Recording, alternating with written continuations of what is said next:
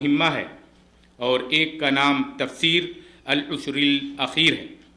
جیسا کہ ہم سبھی لوگ جانتے ہیں، شیخ صاحب تفسیر العشر الاخیر سے رمضان المبارک کے مہینے میں روزانہ ایک سوال ہم لوگوں کے موبائل میں بھیجتے تھے، جبکہ الدروس المہمہ کے تمام سوالات ایک ہی مرتبہ ایک لنک بنا کر موبائل میں بھیجے تھے۔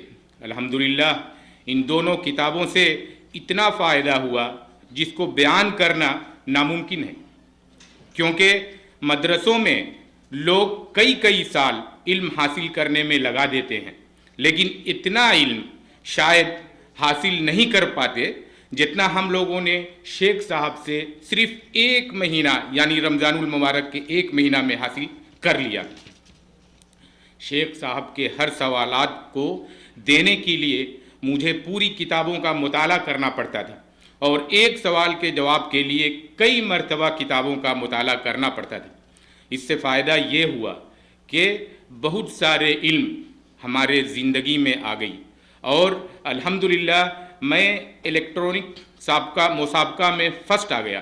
الحمدللہ ہمارا نمبر روزانہ والے سوالات میں بھی اچھے تھے، لیکن شیخ صاحب کی ایمانداری اور مہربانی کی وجہ سے میں الیکٹرانک مسابقہ میں فرسٹ آ گیا، جس کا مجھے یقین نہیں تھا، کیونکہ مجھ سے بھی زیادہ ذہین طلبہ اس مسابقہ میں حصہ لے رہے تھے۔ میں اپنی کمپنی میں ایک بس ڈرائیور کی ڈیوٹی کرتا ہوں۔ اپنی ڈیوٹی کو انجام دیتے ہوئے رمضان المبارک میں پورا قرآن تراویح میں الحمدللہ سناتے ہوئے اس مسابقہ میں حصہ لیا، اور ہمارے جتنے بھی ساتھی ہیں سب کی محنت و مشقت ایک طرف، اور ہمارے شیخ صاحب کی محنت و مشقت ایک طرف، سبھی لوگوں کو سوال دینا، پھر سبھی لوگوں کے جوابات کو چیک کرنا، اس کے علاوہ سبھی طلبہ کو گروپ میں جواب دینا، سبھی کو نمبر دینا، اور پھر انعام و اکرام سے نوازنا۔ یہ بڑی بات ہے جو ہم لوگ تو سبھی ساتھی، کیونکہ ہم لوگ سبھی ساتھی فردن ایک کر کے مسابقہ میں حصہ لیے تھے، لیکن شیخ صاحب سبھی لوگوں کو ہینڈل اکیلے تنہا کیے۔ اس لیے شیخ صاحب کا محنت و مشقت تمام لوگوں پر غالب ہے، جہاں تک ہمارا تجربہ۔ بس انہی باتوں پر میں اپنی باتوں کو ختم کرتا ہوں، اور دعا کرتا ہوں کہ اللہ تعالی ہم لوگوں کو کہنے سننے سے زیادہ عمل کرنے کی توفیق عطا فرمائے، آمین۔ آخر میں دعا ہے کہ اللہ تعالی اس دعوت سینٹر کو کامرانی اور کامیابی عطا فرمائے، دولت علم و عمل، ذوق لسانی عطا فرمائے، آمین۔ تھوڑا سا بات اور رہ گیا۔ ایک بات آپ لوگوں کو، آپ سبھی حضرات کو میں دعوے کے ساتھ کہہ سکتا ہوں کہ ہمارے شیخ صاحب، مقبول صاحب، سیلفی صاحب جتنے بھی سوالات کیے تھے، سبھی سوالات ماسٹر مائنڈ تھے، سبھی سوالات ماسٹر مائنڈ تھے، ہم ہی لوگوں کو نہیں۔ اگر ہمارا جہاں تک تجربہ ہے، بڑے عالم کے سامنے ان کے سوالات کو اگر رکھ دیا جاتا تو وہ بھی چکما کھا جاتے ہیں، وہ بھی دھوکہ کھا جاتے ہیں، اور صحیح طرح سے جواب نہیں دے سکتے۔ تو ہم لوگ تو ایک طفل مکتب ہیں، یعنی اسٹوڈنٹس ہیں جو ابتدائی اسٹوڈنٹ ہیں، جس کا آپ لوگوں کو بھی بخوبی تجربہ ہوگا۔ میں مسابقہ میں اس لیے حصہ لیا تھا کہ مجھے علم سیکھنے کا زیادہ سے زیادہ موقع ملے۔ بس وآخر دعوانا ان الحمدللہ رب العالمین، السلام علیکم ورحمۃ اللہ وبرکاتہ۔ تو یہ تھے ہمارے بھائی حافظ اکرام الحق صاحب۔ مجھے نہیں یقین تھا، باتیں تو اپنی جگہ، لیکن جو انداز، جو بیان، جو جملے، جو اسٹائل اور اسلوب ایک بہترین قسم کا، اور اگر ان پر محنت کی جائے تو ایک اچھے خطیب بھی بن سکتے ہیں۔ یعنی انداز، لوگوں کے ساتھ گفتگو بغیر ڈر خوف کے۔ تو ہم یہی چاہتے ہیں، ہم لوگ جس جماعت سے ہیں، اہل الحدیث، سلفی، یا جو حق والی جماعت، قرآن اور حدیث کو ماننے والے، ہم علم کو نہیں چھپاتے ہیں، نبی صلی اللہ علیہ وسلم نے وعید سنائی ہے، جو قرآن اور حدیث کے علم کو جانتے ہوئے اسے چھپاتا ہے اسے آگ کا لگام پہنایا جائے گا۔ علم نہیں چھپانا، علم آیا ہی بیان کرنے کے لیے، علم آیا ہے کہ جو کچھ ہم سیکھیں اس کو دوسروں کو بیان کر دیں۔ بخاری کی حدیث، ایک بات بھی آپ کے پاس ہے وہ دوسروں کو بیان کر دیں، اور جب آپ کے پاس ڈھیر سارا علوم ہے تو آپ اپنے پاس نہیں رکھ سکتے۔ یہی ذمہ داری نبیوں نے ادا کی ہے۔ اللہ تعالیٰ نبیوں کو علم دیتا، وحی نازل فرماتا، نبی اس کو چھپاتے نہیں تھے، اس کو ظاہر کرتے، بیان کرتے، کھول کھول کر لوگوں پر پیش کرتے تھے۔ تو یہی ہم لوگ الحمدللہ جو کچھ جانتے ہیں لوگوں پر عیاں کرتے ہیں، اور لوگوں کو تیار بھی کرنا جانتے ہیں، تیار کرنے کی کوشش کرتے ہیں کہ جو ہم جانتے ہیں آپ بھی جانیں، اور اب جان لیے ہیں تو دوسروں تک بھی آپ پہنچائیں۔ تو وہ ذریعہ، وہ طریقہ، وہ وسیلہ اختیار کریں، وہ اسلوب اور انداز سیکھیں کہ ہم لوگوں تک اپنی بات کو اچھے انداز میں کیسے بیان کر سکیں گے۔ تو اب دیکھیں، مجھے لگتا ہے کہ شاید آپ نے پہلی بار اسٹیج پہ آ کے لوگوں کو مخاطب کیا ہوگا، پہلی بار، لیکن یعنی کوئی بھی آدمی کہہ نہیں سکتا ہے کہ اتنے حوصلے کے ساتھ پہلی مرتبہ بیان کر رہے ہیں۔ ہم لوگوں کو یاد آتا ہے مدرسے میں تقریر کرتے تھے، یاد کر کے رٹی رٹائی تقریر ہوتی تھی، بھول جاتے تھے، کبھی کبھی جو ہے وہ ڈر اور خوف کے مارے جو ہے بدن ہاتھ کانپنے لگتا تھا، ڈر کے مارے بھی بھول جاتے تھے یاد کی ہوئی چیزیں۔ تو ابھی لکھ کر کے اور اتنے اچھے انداز میں لوگوں کے پاس بیان کر لے گئے۔ انشاءاللہ جو ہے اگر یہ طریقہ جاری رہا تو ایک بہترین جو ہے ملکہ آپ کے اندر پیدا ہو سکتا ہے، اور ہم کوشش کریں گے، ہم چاہیں گے کہ 2-3 مہینہ کے بعد اس طرح سے جو منتخب طلبہ ہیں، اور آپ لوگ تو چاہتے نہیں بولنا، لیکن میرے پاس ہے انداز اور طریقہ کہ میں اٹریکٹ کروں آپ کو اور آپ کو بلواؤں، تو میں اس طریقے سے جوش دلا کر جو منتخب طلبہ ہیں آگے آئیں گے، اور اس طریقے سے دین کو بیان کرنے کا جو اچھا بہتر اسلوب ہے اس کو سیکھنے کی کوشش کریں گے۔ میں کوشش کروں گا انشاءاللہ، اور آپ کی طرف سے بھی جب دونوں ہاتھ سے تالی بجتی ہے تو آواز پیدا ہوگی اور اس سے فائدہ ہوگا۔ تو انشاءاللہ اس کام کو آگے بھی جاری رکھا جائے گا۔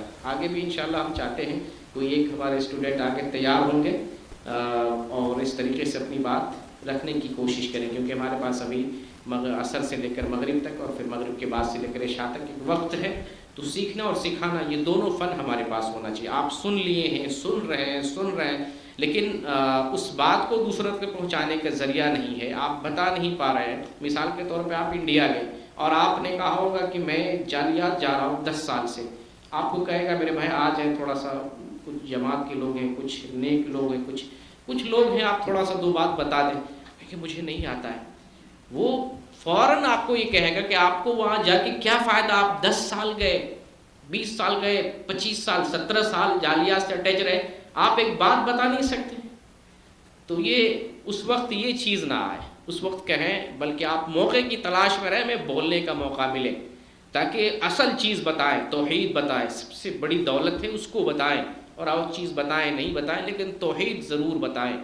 یہ اساس ہے، یہ وہ پونجی ہے جس بنیاد پر ہماری نجات ہوگی۔ توحید نہیں ہے تو دنیا میں بھی ہمیں کامیابی نہیں، اور توحید نہیں ہے تو دنیا میں بھی عمل قبول نہیں ہوگا، اور آخرت میں تو بالکل بھی نجات نہیں ملے گی۔ ابھی آپ کا سوال تھا کہ قرآن کی تلاوت کے بعد صدق اللہ العظیم کہنے کا، تو ایسی کوئی دلیل نہیں ملتی ہے۔ اصل میں کوئی ایک روایت چل نکلتی ہے نا، تو لوگ اس کو بس جب اس پر عمل کرنے لگ جاتے ہیں تواتر کے ساتھ، تو لوگ یہ سمجھتے ہیں کہ یہ طریقہ ہے، یعنی اس پر عمل کیا جاتا ہے، حالانکہ قرآن اور حدیث میں اس کا کوئی ثبوت نہیں ہے۔ اور یہ جو صدق اللہ العظیم کا رواج ہے ہمارے بر صغیر میں، صرف قرآن اگر دیکھا جائے تو عرب میں جتنا پڑھا جاتا ہے، حالانکہ آبادی بہت کم ہے عرب میں، لیکن یہاں ہر وقت آپ کو قرآن پڑھنے والے ملیں گے۔ ہمارے یہاں تو آبادی بڑی ہے، آبادی اور یہاں کی آبادی کے اعتبار سے تناسب اور دیکھ لیں تو پڑھنے کا تناسب آپ کو یہاں زیادہ ملے گا، قرآن سے زیادہ اٹیچ ہوتے ہیں۔ مسجد میں آتے ہیں وقت تھوڑا سا قرآن کھول لیں گے، ہمارے یہاں تو وقت متعین ہے، رمضان ہی میں اٹھائیں گے، یا جو ہے خاص موقع سے، قرآن خوانی کے موقع سے، خاص موقع سے۔ یہاں وہ نہیں، اگر ٹرافک پہ بھی کھڑے ہیں بس قرآن نکال لیا، پڑھنے لگ گئے۔ تو اگر تناسب نکالتے ہیں تو یہ زیادہ یہاں پڑھا جاتا ہے، تلاوت کی جاتی ہے، لیکن آپ کھول کے دیکھیں تلاوت آپ جو ہے یہاں ہزاروں قرہ آپ کو ملیں گی تلاوت، کہیں پر بھی آپ کو کوئی بھی قاری صدق اللہ العظیم کہتے ہوئے آپ کو نہیں ملے گا۔ قرآن یہی نازل ہوا، اور پڑھنے کا بہترین سے بہترین اسلوب یہی پایا جاتا ہے۔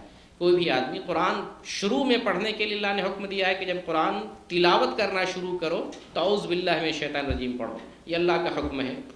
اور قرآن کی ابتدا کر رہے ہیں سورہ کی، یعنی شروع سورت سے ہم ابتدا کر رہے ہیں تو بسم اللہ بھی پڑھیں گے، لیکن آخر میں صدق اللہ العظیم کہنے کی کوئی دلیل نہیں۔ اگر کوئی کہہ دیا تو یعنی ایک کوئی ایسے گناہ کا کام نہیں ہے، لیکن جس بات کی دلیل نہیں ہے اس سے اگر ہم رک جاتے ہیں وہی بہتر ہے، کیونکہ ہم لوگ دین پر عمل کرنے والے ہیں اور دین تقاضا کرتا ہے دلیل کا۔ دلیل کے بغیر دین نہیں ہے، جس کے لیے دلیل نہیں ہے وہ دین نہیں ہے، تو دین پہ ہم عمل کرنا ہے۔ اذان ہو گئی ہے، باقی ہے؟ اور کوئی سوال ہے تو بتائیں۔ انشاءاللہ حج کا جی السلام۔ شیخ محترم، آپ نے ایک روایت پیش کی صحیح بخاری کی ہے، جس میں رسول اللہ صلی اللہ علیہ وسلم نے فرمایا کہ جو قرآن اور حدیث میں سے کچھ بھی چھپا لیتا ہے تو الزم بالحجاب من النار، جی اس کو وہ پہنا دیے جائیں گے آگ کے۔ جی جی تو ایک اور روایت ہے جس میں رسول اللہ صلی اللہ علیہ وسلم کا فرمان ہے، رسول اللہ صلی اللہ علیہ وسلم فرماتے ہیں لا تزول قدم عبد یوم القیامہ، کہ قیامت کے دن بندے کے دونوں قدم وہ اپنی جگہ پر ٹھہری رہیں گے۔ جی جی اور یہاں تک حتی یسأل عن اربع، یہاں تک کہ اسے چار چیزوں کے بارے میں سوال کیا جائے۔ اور ایک روایت کے اندر آتا ہے کہ عن خمس، پانچ چیزوں کے بارے میں اسے سوال کیا جائے۔ تو اس میں یہ ہے کہ وعن علمه فيما عمل به، کہ اس سے اس علم کے بارے میں پوچھا جائے گا جی کہ جو اس نے سیکھا ہے اس پر اس نے کتنا کچھ عمل کیا ہے۔ لہٰذا اس روایت کے اندر تو یہ بات نہیں ہے کہ اس نے کتنے لوگوں کو پہنچایا ہے۔ اگر اس طرح کی کوئی بات ہوتی تو رسول اللہ صلی اللہ علیہ وسلم ضرور ہمیں آگاہ کر لیتے، اگر ہے بھی تو ان دونوں کے درمیان تبلیغ کی صورت پھر کیا ہوگی؟ جی جی جزاکم اللہ خیر۔ بہت اچھا سوال ہے کہ جیسے ایک حدیث بیان کی گئی کہ قیامت کے بارے میں، قیامت میں سوال کیا جائے گا چار چیزوں کے بارے میں، بعض روایتوں میں پانچ چیزوں کے بارے میں۔ اس میں یہ ہے کہ جو علم سیکھا ہے اس پر تو نے کتنا عمل کیا، اس کے بارے میں اللہ سوال کرے گا۔ تو اگر میں نے جو بتایا کہ آپ یہ کہتے ہیں کہ پہنچانا بھی ہے تو اس کی کیا دلیل ہے، تو قرآن و حدیث میں اس کی متعدد دلیلیں، بلکہ کامیابی کا یہ معیار ہے۔ سورۃ العصر میں جو کہا گیا ہے کیا ہے، والعصر ان الانسان لفی خسر الا الذین آمنوا وعملوا الصالحات وتواصوا بالحق وتواصوا بالصبر۔ نجات ہے اس پر منحصر، چار چیزیں ضروری ہیں نجات کے لیے۔ ایک ہے ایمان ہو، دوسری چیز ہے عمل صالح ہو، تیسری چیز ہے تبلیغ ہو، چوتھی چیز ہے تبلیغ کے راستے میں جو تکلیف آتی اس پر صبر۔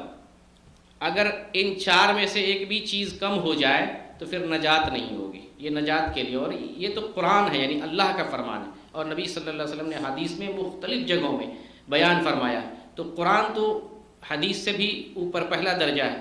قرآن میں بھی بنی اسرائیل کے واقعات کا ذکر ہے۔ بنی اسرائیل میں 3 طبقے تھے، 3 طبقے میں سے ایک طبقہ تو نیکی کا کام کرتا تھا، خود کرتا تھا، دوسروں کو بھی اس کی تبلیغ کرتا تھا۔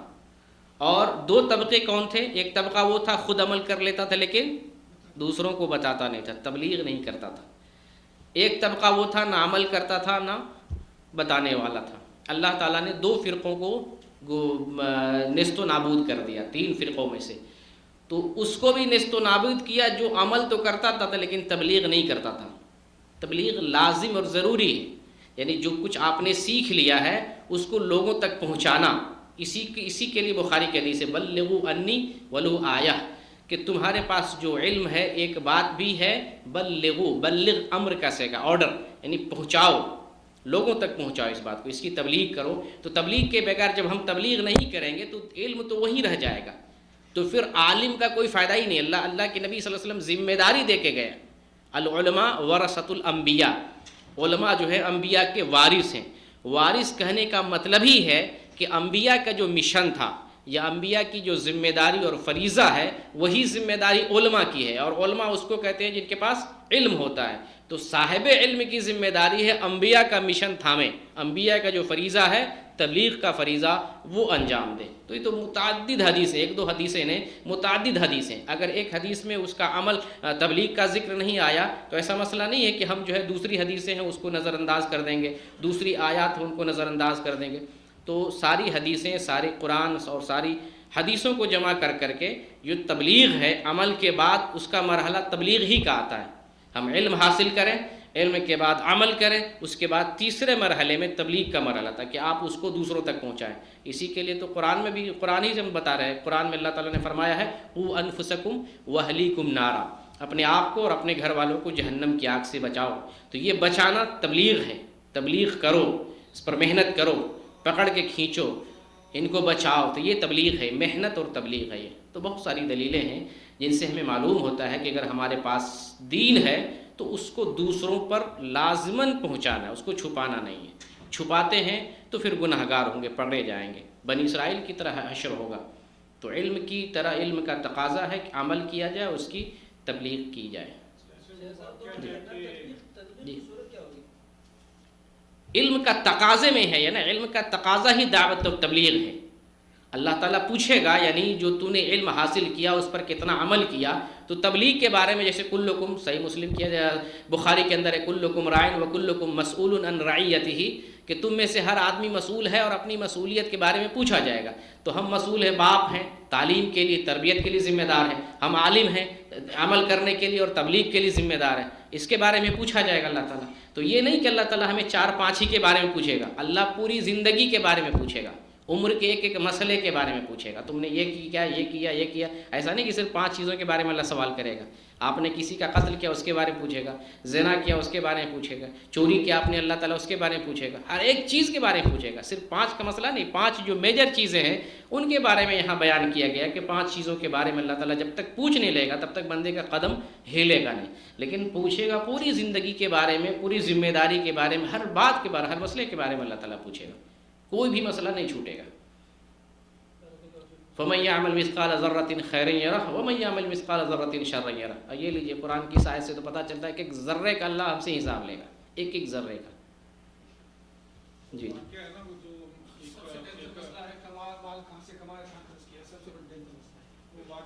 مال بھی ہے، بنی اسرائیل میں وہ عالم جو ہے خود عبادت کرتا ہوتا تھا، جی، جب حکم آیا تو سب سے پہلے اس سے شروع کرنے کے لیے اس کو پہلے اٹھا۔ جی شیخ محترم، کیا یہ دلیل بن سکتی ہے اس بات کے لیے کہ قرآن پڑھنے کے بعد بندہ صدق اللہ العظیم کہہ سکتا ہے، جس طرح کہ اللہ سبحانہ و تعالیٰ کا فرمان ہے قل صدق اللہ رسول۔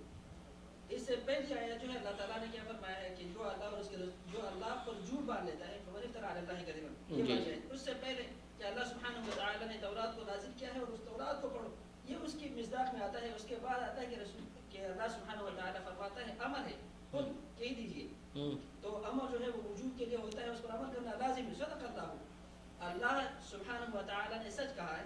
اگر کوئی بندہ قرآن کی تلاوت کے بعد، یہ تو تورات کے بارے میں حکم ہے کہ تورات پڑھنے کے بعد صدق اللہ کہہ دیں، اور اگر کوئی بندہ قرآن کی تلاوت کرے اس کے بعد صدق اللہ کہہ دے، نہیں تو یہ بات تو نہیں ہوگی۔ تصدیق کا مطلب صدق اللہ یعنی ہم تصدیق کر رہے ہیں کہ اللہ نے سچ کہا، یہ تو ایمان میں داخل ہے نا۔ اللہ جو فرما رہا ہے، جیسے فرشتے قبر میں سوال کریں گے، کئی سوال، 3 سوال میں جب مومن پاس ہو جائے گا، 4تھا سوال کیا ہوگا کہ تمہیں کیسے معلوم تمہارا رب اللہ ہے، تمہارا دین اسلام ہے اور تمہارے رسول محمد ہے؟ تو وہ کیا کہیں گے؟ قرأت کتاب اللہ فآمنت بہ وصدقت، یہ وہ تصدیق ہے، میں نے اللہ کی کتاب پڑھی، اس پر ایمان لایا، اس کی تصدیق کی۔ صدق اللہ اس معنی میں کہ ہم قرآن کی تصدیق کرنے والے کہ اللہ نے جو کہا یہ حق ہے، منزل من اللہ ہے، اس پر ایمان لانا ہے، اس کے مطابق عمل کرنا۔ یہ نہیں کہ تلاوت کر رہے ہیں تو وہاں ہم کو صدق اللہ کہنا۔ صاحب، اس سے پہلی آیت جو ہے اس سے پہلی والی آیت، یعنی اس کے تقریباً ایک آیت کو چھوڑ کر اس سے پہلی والی آیت جو ہے اس کے اندر تلاوت کرنے کی بات ہے کہ جب آپ تلاوت کر لیں جی پھر اس کے بعد آپ جو ہے قل صدق اللہ، اللہ سبحانہ و تعالیٰ نے سچ کہا۔ اسی طرح قرآن بھی جو ہے یہ اللہ کی طرف سے قرآن، یہی تو تلاوت پورا قرآن ہی کی تو میں بات کر رہا ہوں کہ ایمان والا آدمی تلاوت یا قرآن کی تعلیم اس کو کہے کہ یہ حق ہے اللہ کی طرف سے، تصدیق کرے۔ یہ قبر کے سوالوں میں سے ایک سوال ہے یہ مومن کے لیے۔ تو اس سے یہ دلیل نہیں کہ تلاوت، اگر ایسی بات کہتے ہیں تو پوری زندگی محمد صلی اللہ علیہ وسلم تلاوت کرتے رہے، صحابہ کرام تلاوت کرتے رہے، ہمارے اسلاف تلاوت کرتے رہے، تو آپ جو کہہ رہے ہیں وہ بات تو ہم سے پہلے نبی نہ بتائیں گے، وہ بات صحابی نہ بتائیں گے، اس پر عمل صحابی نے کریں گے، آپ سے پہلے کریں گے نا۔ تو پھر بتائیے کسی صحابی نے ایسا کہا ہو، کیا ہو، نبی نے ایسا کہا ہو یا کیا ہو، نہ اس سے زیادہ ہم تلاوت کر سکتے ہیں، نہ اس سے زیادہ دین پر عمل کر سکتے ہیں۔ تو یہ تصدیق کے معنی میں جو آپ کو بتایا ہوں، جو قبر